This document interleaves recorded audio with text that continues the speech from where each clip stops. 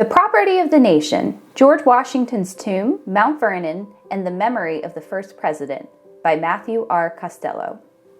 This book is a rich examination of the process of memory making. In this case, the struggle to shape the nation's memory of its first president.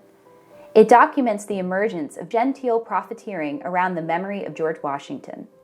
This includes the rise of historical tourism, the selling of the idea of Washington as a man of the people, as well by African American storytellers, and finally, the emergence of the Mount Vernon Ladies Association and their guardianship of Mount Vernon. Costello provides a rich context for each phase of the battle over how Washington would be remembered. His book covers the political intrigue of the early republic, America's growing sectionalism, the transportation revolution that made historical tourism possible, and the concerted effort to adapt Washington's image to match the growth of democratic culture in America. This is a fascinating study, well written and persuasively argued.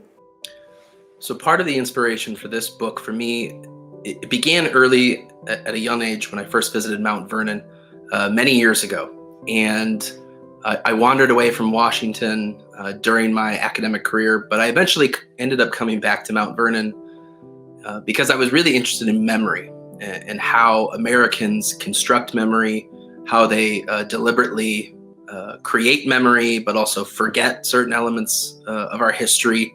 It's all part of that memory making process. And even though, today it seems like there's much of a consensus about who Washington was, the things he contributed to our country, during most of the 19th century, there were many different groups of Americans who fought to claim Washington for themselves.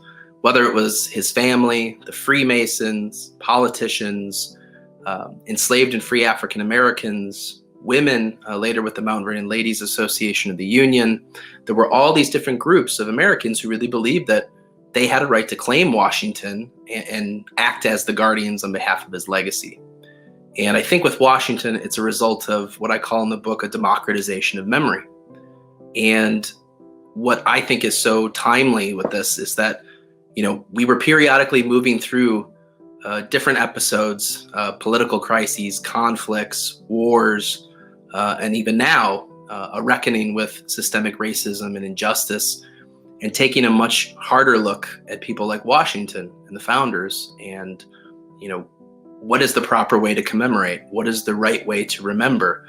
And I think what this book does is it shows you that this has been a long unfolding process and that Washington's legacy very much is written by the man himself, but how we interpret it, how we represent it is something that changes over time.